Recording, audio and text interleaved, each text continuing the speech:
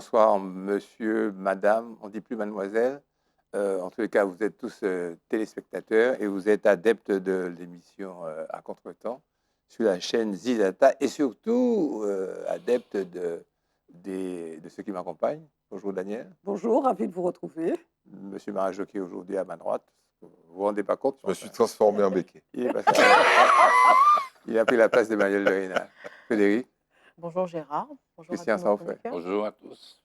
Alors, actualité jingle, s'il vous plaît.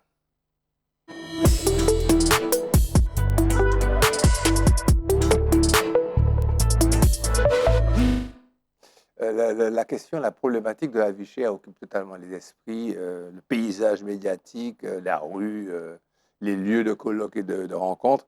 Il m'a semblé intéressant de confier à Frédéric le soin de disséquer ce qu'un économiste, communiste, membre du comité national, pense de la problématique de la vie chère. Exactement. Monsieur Michel Branchi, un membre, comme tu l'as dit, du Parti communiste français, qui... martiniquais, pardon.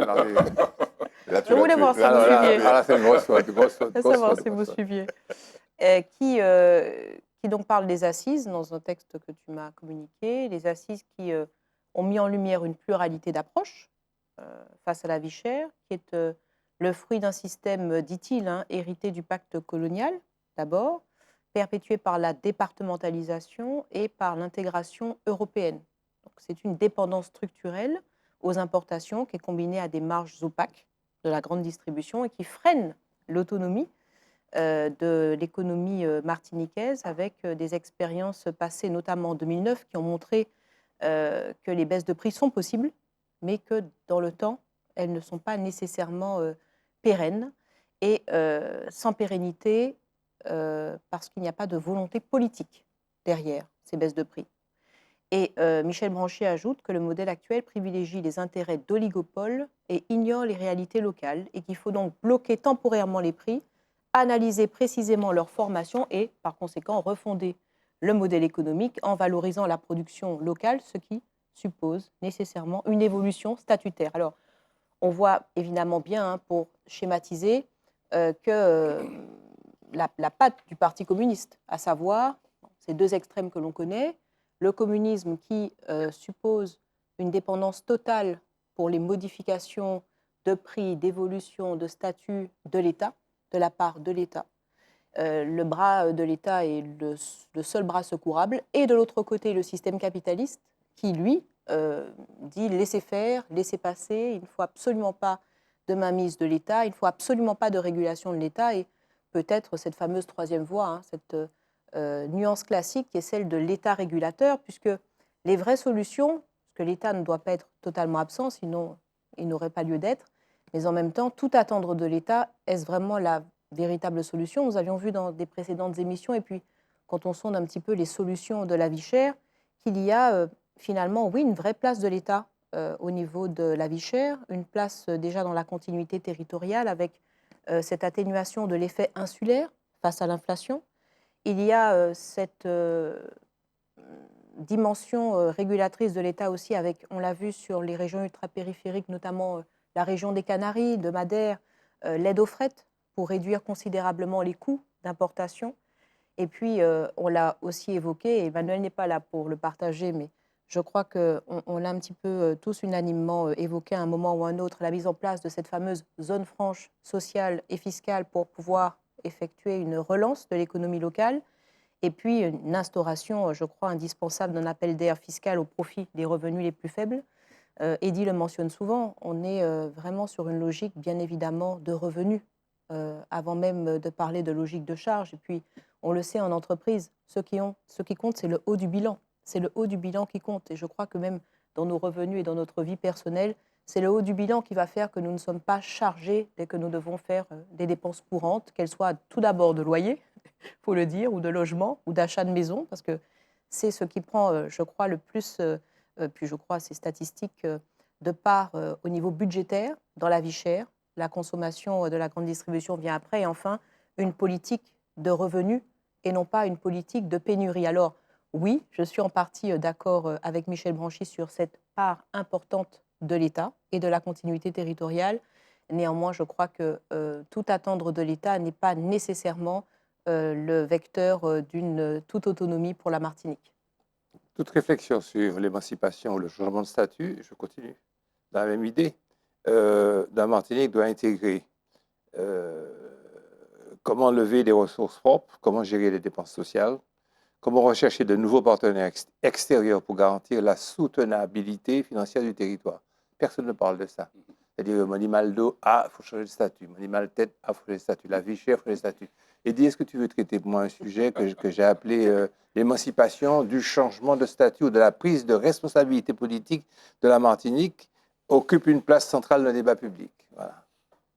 Alors, je vais prononcer un certain nombre de sentences dithyrambiques Comme d'hab. À l'endroit de Gérard Darling Carter, qui a fait un boulot formidable, mais qui est très politiquement correct, comme on a son habitude.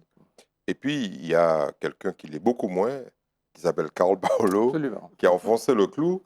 La réalité des chiffres est la suivante. En fait, la réflexion part d'un constat simplissime. Hein, c'est pour financer une autonomie ou une indépendance, vu le retrait financier de l'État, Hypothèse d'école. de l'État, comment on dit, Providence, il faut trouver des ressources. Alors, avant d'aller trouver des ressources nouvelles, il faut savoir combien ça coûte. Or, combien ça coûte, personne n'en parle. Bon. Alors, je disais que Gérard était politiquement correct, donc il a fait une estimation première à hauteur de 2,5 milliards, etc. 8. 2,8 milliards. On n'est plus à 100 millions près. Et finalement, on a 6 milliards. Voilà. Il est gentil, il dit 2 milliards. Parce que volontairement, il s'en tient au cœur du système. Mais il faut élargir le système. Alors, c'est quoi le système? Il faut d'abord que les communes trouvent de nouvelles ressources, parce qu'une part importante du budget des communes est financée par l'État. Ça s'appelle la dotation globale de fonctionnement, la fameuse DGF. Une part importante du budget de la CTM est financée par l'État. Une part très importante, c'est-à-dire la quasi-totalité du budget de la CAF et de la Sécurité sociale, est financée par l'État. Alors, les gens vont dire, mais non, il y a les cotisations sociales. Non, pas du tout. Quand on fait la différence entre les cotisations prélevées en Martinique, donc sur les travailleurs, bien évidemment, mais sur les entreprises, et qu'on met de l'autre côté les dépenses de prestations, eh bien, on a un déficit monumental, qui pousse. Alors, je vais donner le chiffre. Les gens, quand ils entendent ce chiffre-là, ils disent, c'est pas possible. Oui, la sécurité sociale emprunte, demande à l'État, au système de sécu national, 2 millions d'euros par jour. 10 par an maintenant. Oui, par jour. Oui. Par jour, ça fait 600 millions d'euros par an. Par an. OK? Bon, une bonne partie de notre consommation d'électricité est financée par ce qu'on appelle la péréquation nationale, l'État. Oui. OK? Grosso modo, EDF perd 600 millions d'euros par an, tout simplement parce qu'il pratique un prix de vente qui est inférieur au prix de revient. Oui. Bon, on pourrait multiplier les exemples. Grosso modo, si on est indépendant, il nous faut trouver, si on veut garder le même système, hein, attention. Même niveau de vie, même mode de vie. Non, pas le même mode de vie. Parce que tout ça, c'est du financement, j'allais dire, public. Mais le reste, les entreprises qui n'ont pas de marché. Parce que ça, ce sont des dépenses, on est bien d'accord. Ce n'est pas des investissements, ce n'est pas des budgets d'investissement, ça. OK? Il faut trouver 260 millions d'euros pour payer les fonctionnaires de la CTM chaque année. Bon. Donc le système doit être préservé pour que le système puisse fonctionner, pour qu'il puisse apporter de l'argent à un peu tout le monde. J'ai fait un petit calcul qui est intéressant. Pour que les Martiniquais soient heureux, il faut leur donner minimum 1 500 euros par mois. Minimum. C'est-à-dire, tu montes largement au-dessus du seuil de pauvreté, et puis les gens, ils s'en sortent. Bon, il y a beaucoup de gens, avec 1 500 euros par mois, ils sont morts, mais c'est pas grave. C'est une moyenne. Ça fait 7 milliards d'euros par an par habitant. Colossal. juste pour manger, se transporter, aller travailler. Donc, vous voyez qu'avec 6 milliards de recettes liées aux dépenses de base publiques, plus 7 milliards qu'il faut trouver pour que les gens vivent, voilà, c'est impossible. Ça n'est possible que par l'acceptation d'une baisse généralisée du niveau de vie, des revenus. Et évidemment, la problématique de la vie chère, là, devient plus une problématique, ça devient un enfer. Puisque Frédéric l'a dit, la problématique de la vie chère n'est pas une problématique de prix, parce que c'est la même chose à Sainte-Lucie, 2 fois plus, en Dominique 2 fois plus, à Hawaï c'est terrible, enfin, quelles que soient les îles ou les points éloignés des principaux centres de financement et de production, c'est d'abord une problématique de revenus. Voilà. Donc, autonomie et indépendance, à moins de trouver du pétrole comme au Guyana, au Suriname, c'est une vue de l'esprit si on s'en tient au schéma actuel. Par contre, c'est tout à fait possible si 80% des Martiniquais considèrent que vivre avec 1 200 € net par mois, c'est l'avenir. Donc, en fait, lorsque nous avons des gens qui sont responsables du fonctionnement d'un pays et qu'ils tournent la tête lorsqu'on parle de ces problèmes-là, ce sont des gens irresponsables. Non, c'est plus que ça. C'est plus que ça. C'est pas irresponsable. On flirte avec la psychiatrie. Oui. Il est irresponsable. Comme quelqu'un qui tue, il est irresponsable. Oui, il est irresponsable, donc il ne peut pas être condamné. Oui. Voilà, il ne peut pas être condamné. Ceux-là doivent être condamnés parce qu'ils sont parfaitement conscients de ça. Puisqu'ils sont eux-mêmes, pour beaucoup d'entre eux, au pouvoir ou ont été au pouvoir et ils savent ce que ça veut dire. Quand ils appellent le payeur pour dire « Eh, la DGF n'est pas encore arrivée, j'ai besoin de… » Ils savent ce que ça veut dire. Quand les gens de la Sécu disent « Écoutez, si la France n'envoie pas le truc, on est mort. » Alors, question corollaire, puis on repasse au sujet suivant. Je ne voudrais pas trop faire d'émissions comme mes amis des chaînes voisines.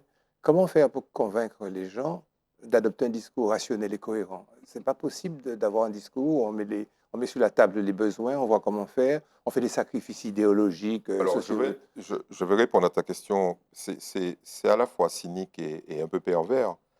J'ai regardé ce qui se passe ou ce qui s'est passé sur des territoires qui allaient vers cette hypothèse-là à travers le discours.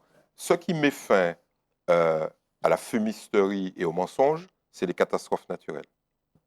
Là, par exemple, on a un exemple, c'est Mayotte. Mayotte, il y avait des types qui disaient si l'État ne nous aide pas, si cette espèce de mépris dont nous sommes victimes, nous allons demander l'indépendance, l'autonomie d'abord et l'indépendance. Et rejoindre les De disparaître.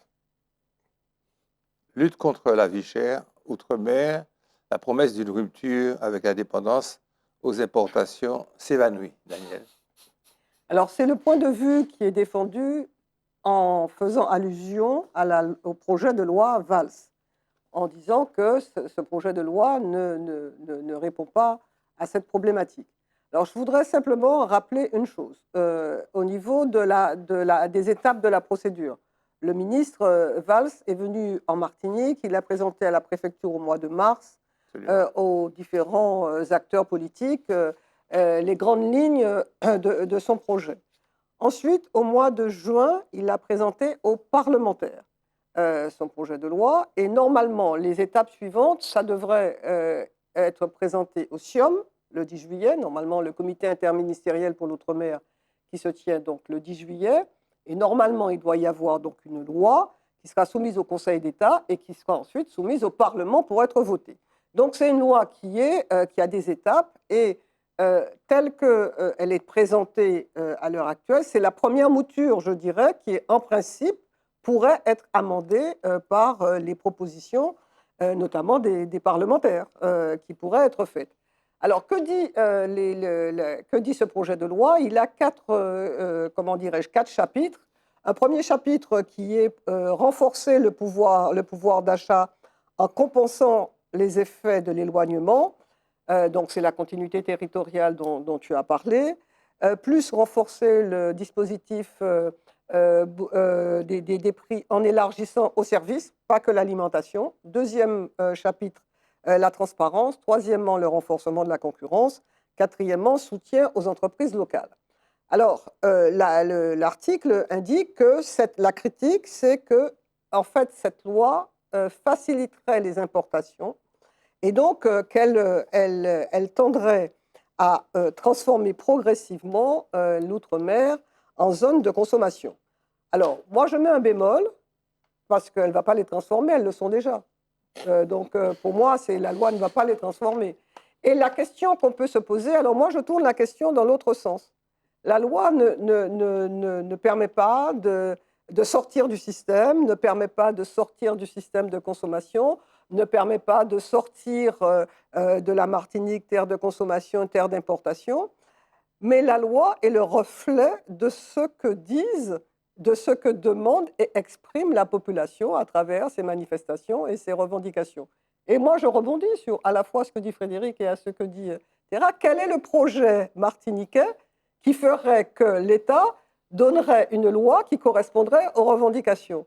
Mais le problème, c'est qu'il n'existe pas. Et c'est bien ce dont on vient justement de parler, c'est-à-dire qu'il n'y a pas en fait une volonté collective exprimée, c'est-à-dire qu'on n'a pas encore vu, au lieu de dire on n'est pas d'accord avec ci, on n'est pas d'accord avec ça, qu'est-ce qu'on propose? Et en ce qui me concerne, toute ma, je dirais, vu mon âge et ce que je suis depuis que je suis jeune, moi je préfère que ce soit de nous-mêmes que viennent les propositions. Et donc, par conséquent, je crois qu'on a la proposition de loi est le reflet de ce qu'a exprimé notre classe politique et associative et syndicale. Je me suis appliqué à regarder l'extrait des débats de la plénière d'hier où le conseiller territorial Boutrin a insisté pour que l'on envisage plus largement que prévu la question de la vie à donner, puisque le ministre a envoyé aux collectivités pour avis, puisque c'est la procédure, son projet de loi. Serge Letchimy a exprimé une colère profonde et sincère. Il n'est pas content du tout. Et il a fait, et c'est pas moi qui fais le sujet, il a très rapidement énoncé les mesures qu'il s'attendait à voir dans la loi, des mesures qui étaient peut-être adventistes au protocole, notamment sur l'aide à donner à la petite agriculture, le POCI qu'il faut, en fait, créer de l'emploi, créer de la production, travailler sur réellement des mesures profondes pour arrêter la vie chère, et que rien. Et il s'est étonné avec avec une rage sourde, parce que, mais d'où vient cette idée? Qui c'est que j'avais parlé de cette histoire de plateforme de e-commerce installée ici? Il ne faudrait pas que M. Valls revienne ici et puis que s'attende à ce qu'on lui dise Pas tout de suite. bienvenue dans votre maison. Dominique, l'art de l'abstention à l'ONU entre indépendance et réalité diplomatique. Christian, qui va traiter ça? Oui. Alors, la Dominique, effectivement, a été... Vous savez que la Dominique, effectivement, a une voix à l'ONU. Oui, pays indépendant. Comme c'est un pays indépendant, ce qui n'est pas le cas des pays que vous connaissez. Et donc, la Dominique est amenée à se positionner sur un certain nombre de sujets. Oui. Bien.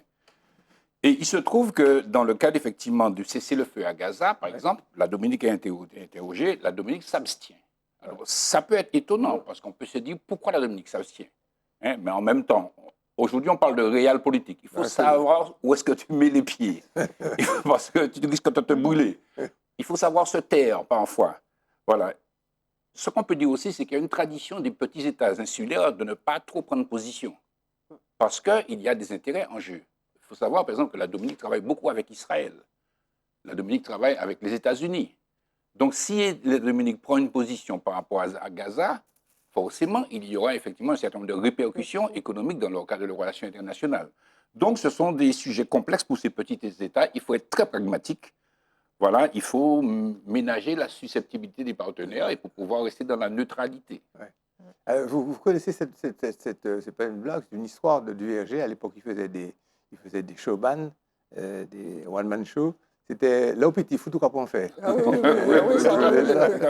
Et alors, donc, voici que ces petits pays doivent faire attention à des États tuteurs.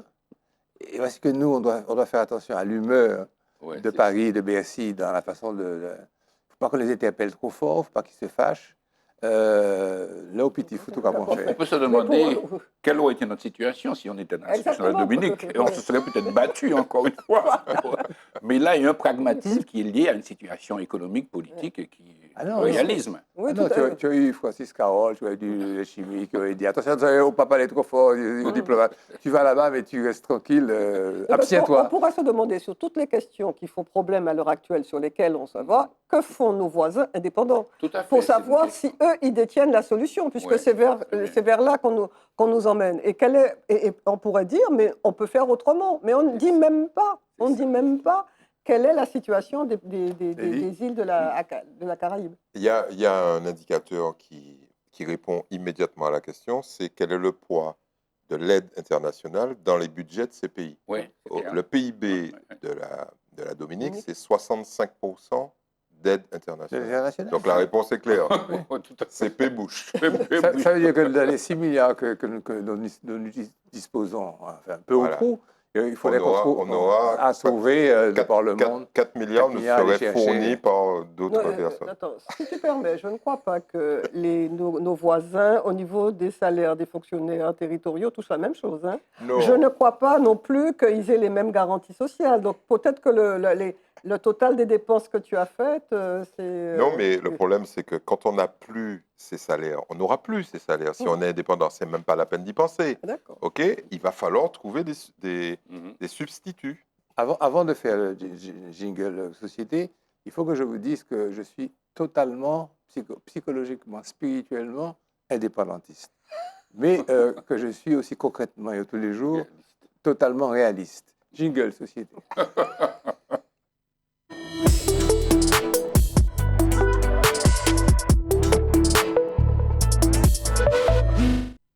En Haïti, Frédéric, le chef des droits de l'homme de l'ONU, alarmé par l'intensification de la violence et l'expansion des gangs. C'est encore plus chaud qu'avant.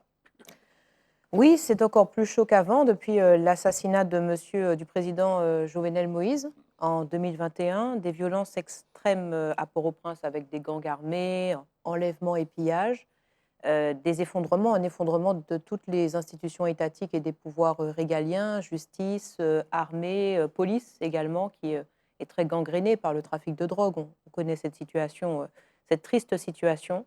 Un accès à la santé, à l'éducation et à l'alimentation qui est gravement compromis, un déplacement massif de 1,3 million de personnes, un énorme exode et puis un enrôlement de force d'enfants qui, n'ayant pas de jeunes et d'enfants, n'ayant pas autre chose pour survivre, sont la mainmise des gangs.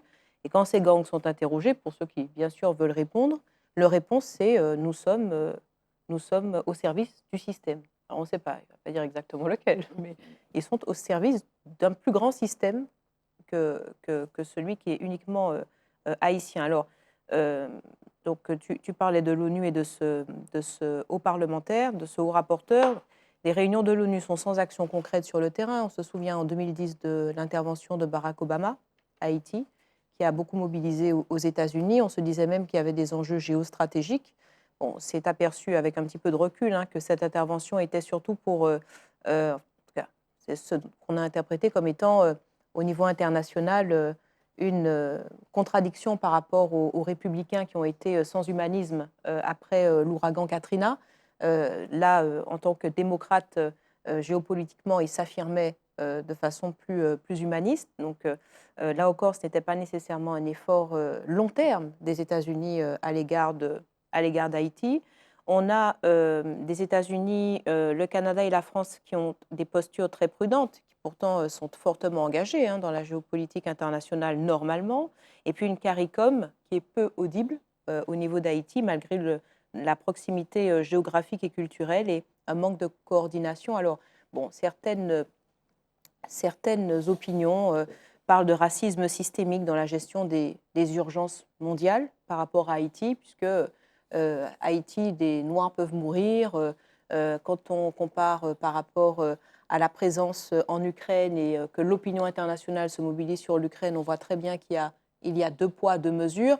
Bon, je crois qu'avec un petit peu de recul, même si beaucoup de missions internationales et de stabilisation sont sans mandat clair, même si on voit mal où cela va, que le gros problème d'Haïti, c'est ce dont on parlait tout à l'heure, qu'on évoquait, quand on n'a pas de ressources, on n'a pas de ressources ni financières, ni minières, quand on n'a pas de ressources naturelles, on n'intéresse personne. Et puis, et c'est le cas d'Haïti, et quand on n'a pas non plus un État stable qui peut compter comme voix à l'ONU, parce que c'est cela l'intérêt géopolitique de la Caraïbe pour les États indépendants. Pourquoi est-ce que les Émirats, la Chine ou d'autres grandes puissances financières dans le monde se retrouvent à investir dans des hôpitaux à Saint-Domingue ou à la Dominique ou sur des routes de la Jamaïque? C'est parce qu'en fait, il y a un intérêt géopolitique à peser sur la carte internationale et pour les votes de l'ONU. On l'a très bien perçu aussi au niveau de la Chine. Donc aujourd'hui, le fait qu'Haïti n'ait plus rien à offrir, tant au niveau matériel, en termes de ressources, en termes de richesse, qu'au niveau géostratégique, géopolitique, en termes de vote et de présence dans les autres organisations internationales, on a un État qui manque un État, ce qu'il en reste, de solidarité urgente et équitable. Et on aura toujours effectivement des retours théoriques très révoltés de l'ONU ou des situations et des autopsies, mais les conséquences ne seront pragmatiques que quand il y aura, je le crains, et ça s'appelle la réelle politique, d'intérêt à pouvoir défendre Haïti. En fait, on se rend compte que ce soit l'OTAN, que ce soit l'ONU, que ce soit toute grande organisation internationale, et sans vouloir être cynique, il y a toujours, en tout cas très souvent, la géopolitique résonne ainsi, des intérêts. Et sans intérêt, c'est, je crois, la fatalité et le drame d'Haïti. Il n'y a pas nécessairement de coopération internationale très active. Ce que tu dis est certainement vrai. Mais du fait que j'ai l'opportunité ou la chance d'avoir des parents, des tantes, des tatis qui ont épousé la première vague d'émigrés sous Papa Doc, d'émigrés, ce qu'on appelait les mulattes, les blancs, propriétaires de la radio et tout, à New York. Et donc, je suis vraiment au fait de ce qui se passe dans le détail. Et puis, on le sait. En fait, le pays maintenant a été complètement pris en coupe réglée par le narcotrafic. C'est clair.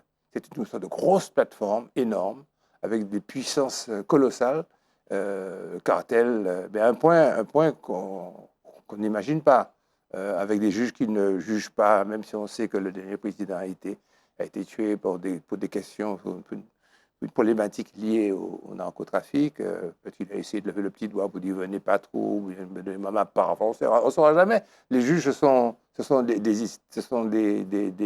quel est le terme qu'on parle d'autres métiers, enfin bref. Ils se sont désistés de leur fonction. Et ça, c'est un fait.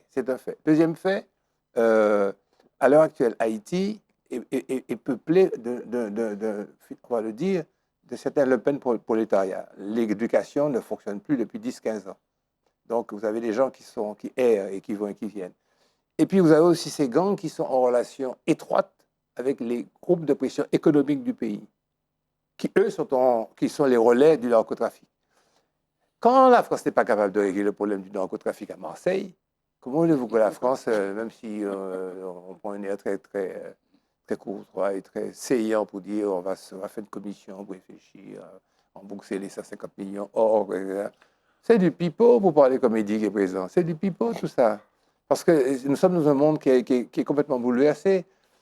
Trouverait-on maintenant du pétrole, vous rentrez dans ton raisonnement, pas pour te contredire, que le pétrole passerait dans le narcotrafic, c'est-à-dire serait entre les mains du cartel de Medellín? Tu voulais dire quelque chose?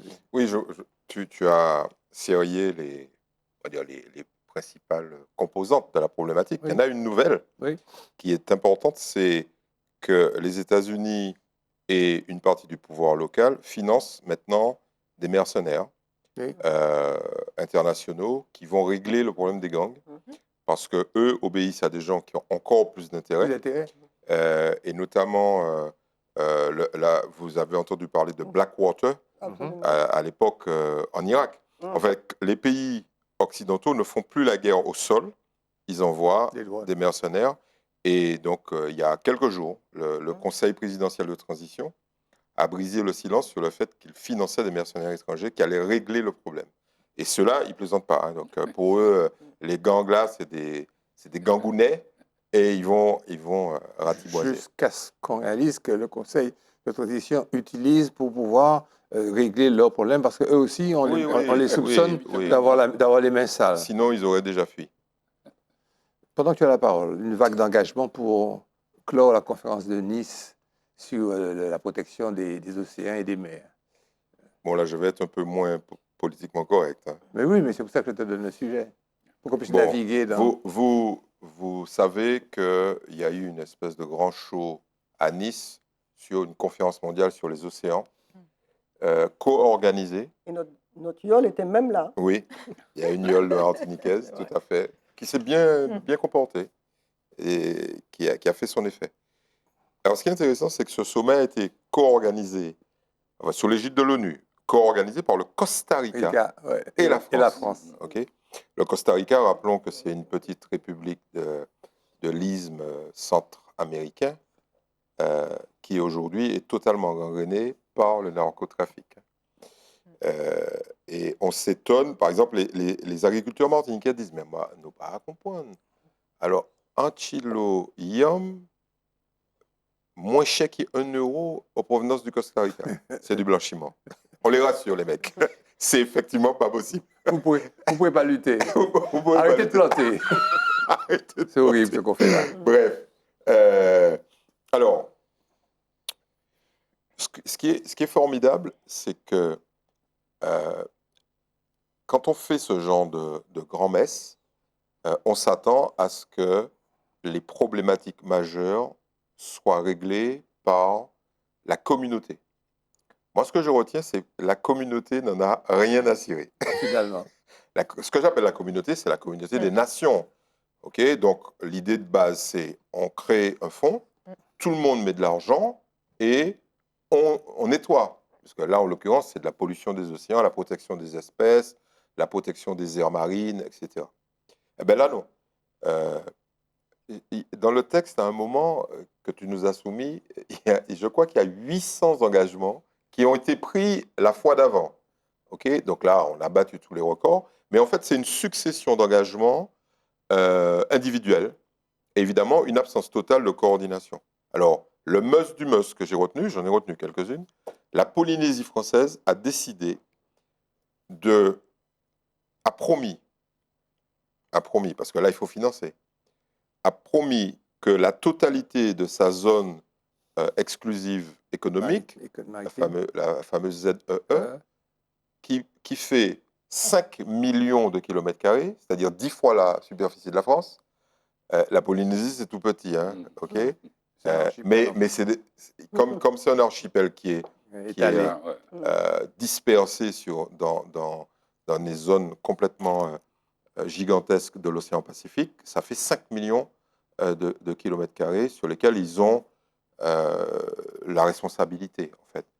Mais pour faire ça, alors, ils la mettent en zone de protection marine. C'est-à-dire que ça va être difficile de pêcher, ça va être difficile d'exploiter, etc. Et puis en même temps, alors j'ai été voir ce que le gouvernement, parce que pour ceux qui sont nostalgiques de l'indépendance et de l'autonomie, en Polynésie française, il y a un gouvernement, il y a même une monnaie, il y a un hymne, il y a un drapeau, etc., etc. Bon, les gens qui payent l'addition, c'est quand même la France. Hein. Oui. Bon. C'est ça qu'on appelle un PTOM, c'est bien ça. Voilà. C'est évocateur. C'est extrêmement intéressant parce que les budgets, la structuration du budget de la Polynésie repose sur 2 éléments. 3 éléments. Le tourisme, bien évidemment. Donc, il y a intérêt à ce que les océans soient propres. 2, l'exploitation future des nodules polymétalliques.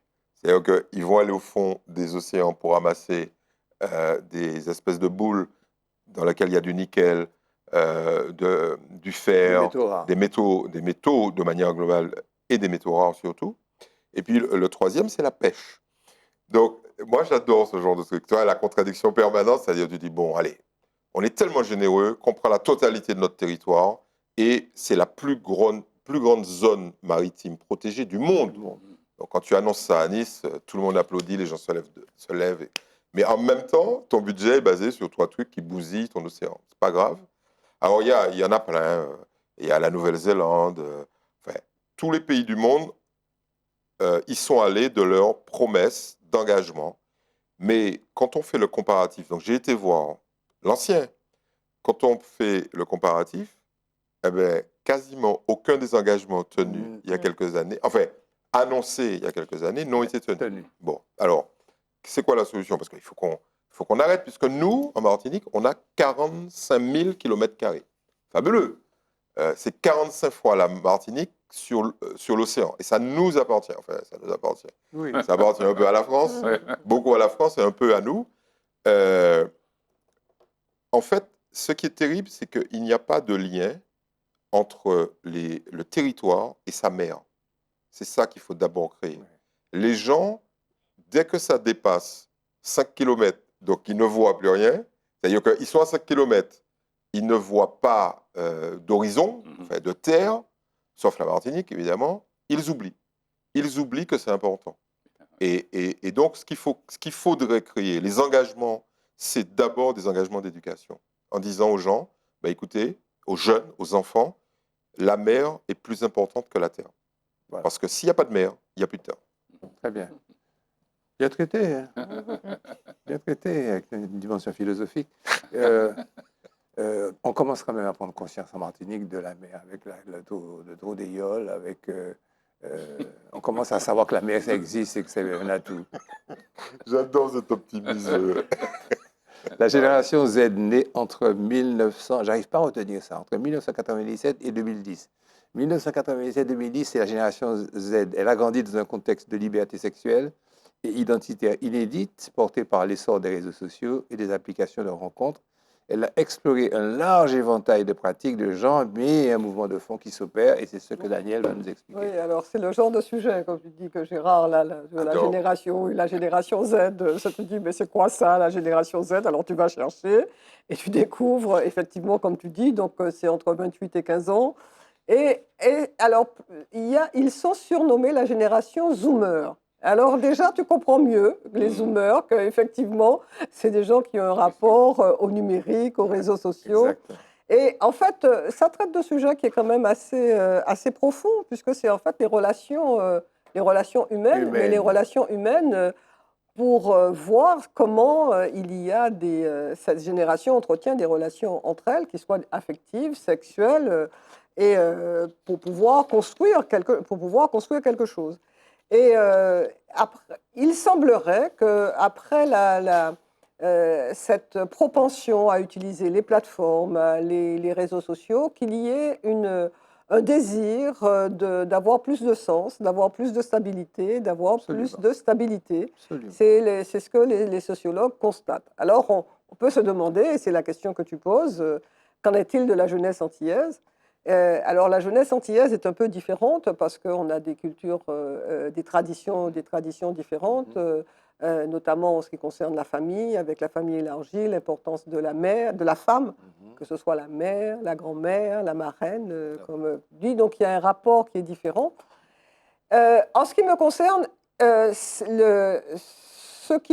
qui manque à ces rapports, c'est l'approche vraiment territoriale, parce qu'on a une réalité, quand on regarde au-delà des rapports, quand on a l'occasion de voir, on a une certaine, je dirais, détresse affective qu'on constate dans nos sociétés, malgré, bien que le territoire soit plus petit, malgré les traditions dont on parle, de l'importance de la vague, etc., pour les relations stables et respectueuse entre hommes et femmes, eh ben c'est compliqué en Martinique parce qu'on constate qu'il y a une difficulté pour se rencontrer. Il y a une réalité qui est la prostitution. C'est un sujet dont on ne parle pas, pratiquement pas. Or, la prostitution des mineurs, c'est quelque chose d'effarant. Et même la prostitution de femmes plus âgées qui le font quelquefois. Il y a même des étudiantes pour pouvoir pour pouvoir payer leurs études et puis pouvoir payer les fonds de mois. Il y a une souffrance réelle et moi j'aimerais que effectivement nos responsables se penchent un peu là-dessus.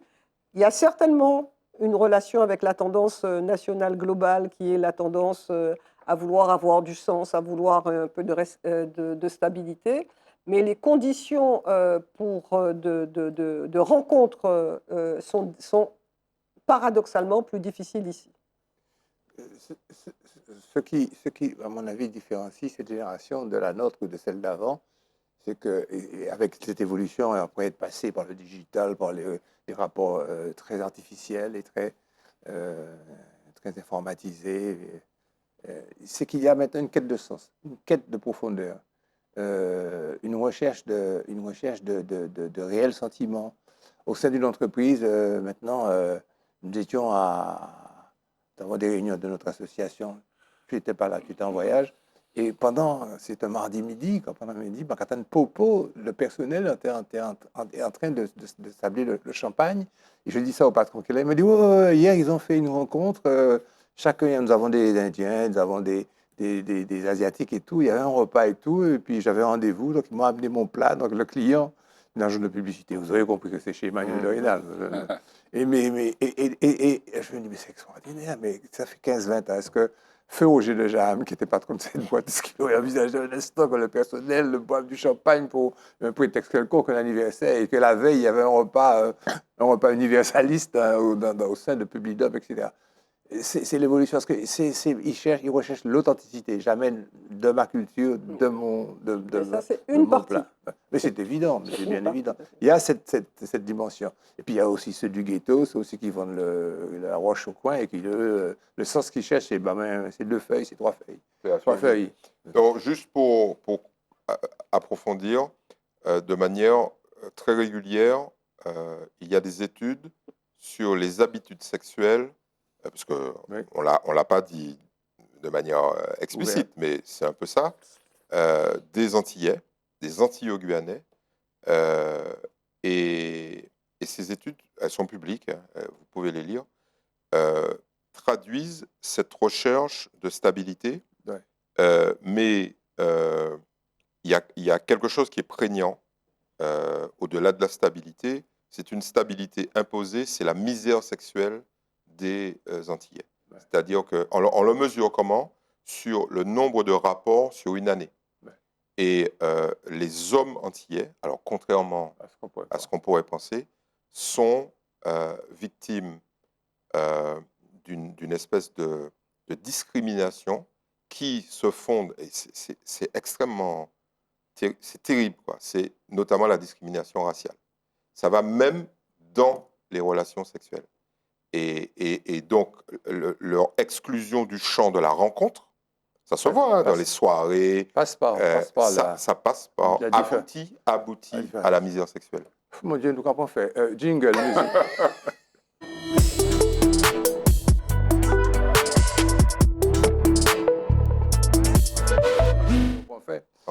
Joël Jacoulet, monsieur. Oui, j'ai décidé aujourd'hui de vous parler de Joël Jacoulet. Évidemment, nous avons une pensée pour sa mère, Marie-Alexandrie Jacoulet. Ça fait 16 ans qu'elle nous a quittés, c'est ça? Oui. Et je dois vous dire que quand je suis entré à la SACEM, c'était elle l'avocate de la SACEM. Et je crois que c'est prémonitoire, parce que Joël Jacoulet, c'est un auteur-compositeur qui considère bien évidemment cet organisme comme à sa juste mesure. Alors, si vous voulez, Joël Jacoulet, on est surpris, parce que quand tu es fils d'avocat, on attend au moins que tu sois avocat. Mais il a choisi la musique. Oui, mais alors, sa maman voulait qu'il fasse du droit. Sa maman voulait qu'il fasse du droit. Voilà. Mais il a fait de la musique. Il a plusieurs casquettes. Il est compositeur, il est producteur, il est éditeur, il est entrepreneur.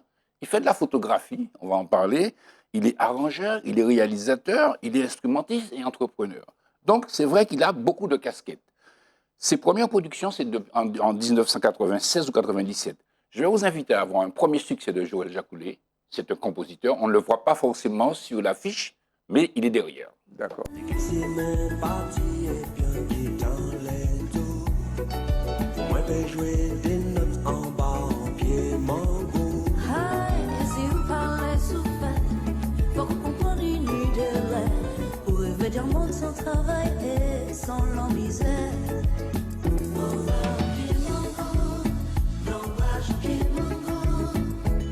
Imaginez-moi la douceur, moi la cise, mais moi au ciel. Si au te bétonne, comme un caton, anti-musique en fou, chez moi.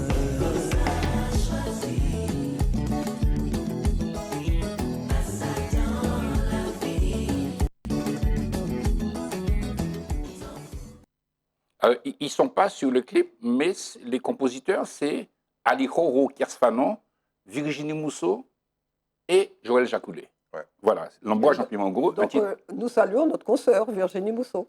Absolument, voilà. Alors, Joël, c'est un autodidacte. Comme il dit, il n'a jamais pris un cours. Il y avait un piano chez ma maman, je tapotais d'un doigt dessus. Voilà. Et puis après, il s'est mis à la guitare aussi. Il est autodidacte en matière de guitare. Il a eu des influences. Willy Salcedo, par exemple. Il a eu Jeff Bayer comme influence, Ali Angel. Donc, tout ça, ce sont des gens qui ont influé sur lui. Il a une passion pour les interprètes, pour les chanteurs. Il dit, je ne sais pas chanter, mais je chante à travers ceux qui chantent pour moi. Ouais. Voilà, je vous invite à voir une deuxième vidéo qui s'appelle En Didant. C'est une vidéo qu'il a faite pendant le Covid. Il a choisi de faire des lignes musicales et d'envoyer à ses copains. Ouais. Donc, En Didant, depuis le dedans, on a partagé une expérience que je vous invite à partager également. Ouais.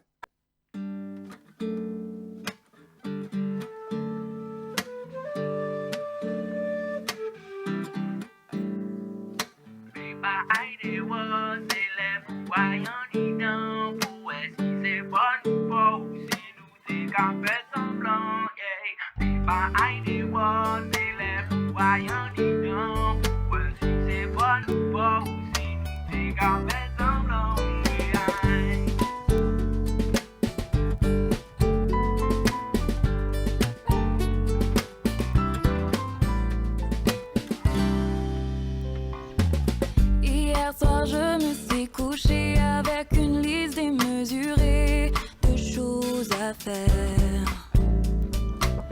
Mais ce matin, rien ne se fait depuis le petit déjeuner. Je tourne en rond, je brasse de l'air. Si je me rends à l'évidence. Alors, Joël, il aime partager. Il n'est pas auteur-compositeur à 100%. Il crée avec plein de gens. David Obadja, Roland Pierre-Charles a travaillé avec lui, Victor O, Renaud Rinto, Jeanne Baudry, tous ces gens-là, Goldie, si vous voulez, Joël, il travaille avec eux. Et tous ses œuvres sont co-signées. Vas-y. Oui, je vais souligner la complicité entre Joël et Victor O, oui, parce que Victor O, c'est le fils de Laurent Valère. Donc, les parents sont tous les deux avocats. Ils se sont donc, enfants, ils ont joué ensemble. Il y a une grande complicité entre eux. Tout à fait, voilà. Et puis, ils ont fait tout le contraire. Ouais. Pour continuer, on va écouter En Lumière. C'est un titre qui a eu un succès avec Jocelyne Béroir. Mais là, j'ai proposé qu'on le voit avec Jeanne Baudry, ce qui montre la diversité des artistes qui interprètent. Entre eux, il n'y a des lettres à fond, ni des lettres flocons. Mais si nous là encore, c'est pas si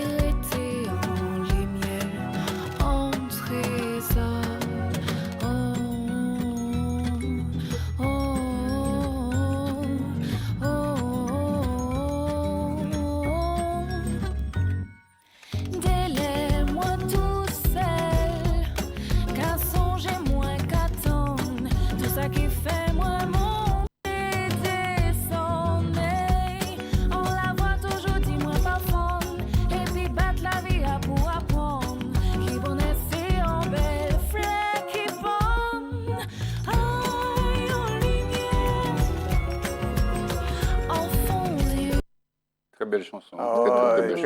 Très belle chanteuse.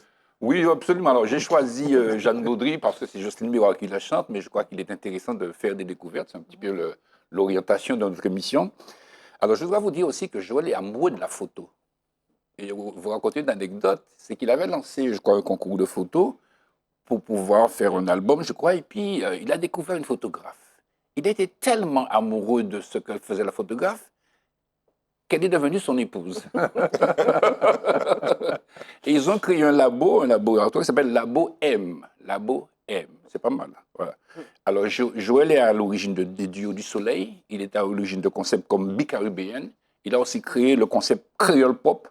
Et je vous invite à voir. Là, il est parti avec Goldie à Saint-Joseph, à Cœur-Bouliki. Et j'aimerais vous partager ce que j'ai trouvé très mignon. Quoi.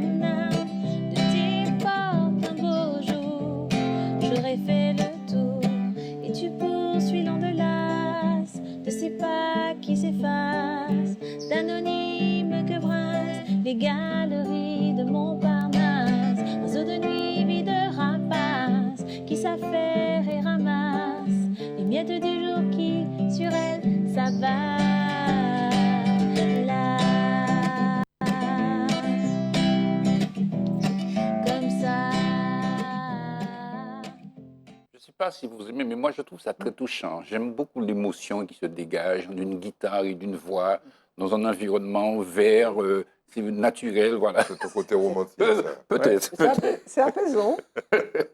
Alors, Joël, c'est 233 titres à son répertoire quand même. C'est costaud, hein? Waouh. Et puis, c'est des succès. C'est En Lumière, on l'a vu, c'est L'Ombrage en Mango, mais c'est aussi Révolution Caribéana avec Victor O. C'est Vinido. Tu connais ça? Mon besoin toucher frontière. Pas dis-moi non. Non. C'est Chacha avec Victor O. Et puis, c'est des éditions aussi. Il a signé chez Universel, il a signé chez Because. Voilà. Alors, je vais vous faire voir une dernière vidéo. C'est toujours, on avait organisé le party en musique. Ça, c'était au Diamant. On partait en musique avec le CMT. Et là, on avait reçu Victor O. Et effectivement, Joël Jacoulet.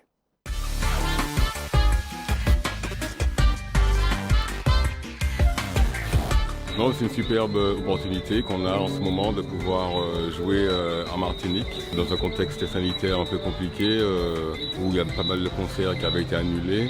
Je trouve que c'est une très belle initiative. Je suis très heureux en plus de jouer avec mon ami Victor O ce soir. C'est une très bonne chose pour nous, bien entendu. Et c'est une très bonne chose également pour les artistes puisqu'ils sont privés de scène et qu'ils peuvent donc s'exprimer à l'occasion de cette opération, ici même à l'hôtel Diamant-les-Bains. Nous sommes 3 amis qui avons atterri à Diamant-les-Bains par hasard et nous avons eu la surprise de retrouver Victor O et nous avons passé un très bon moment.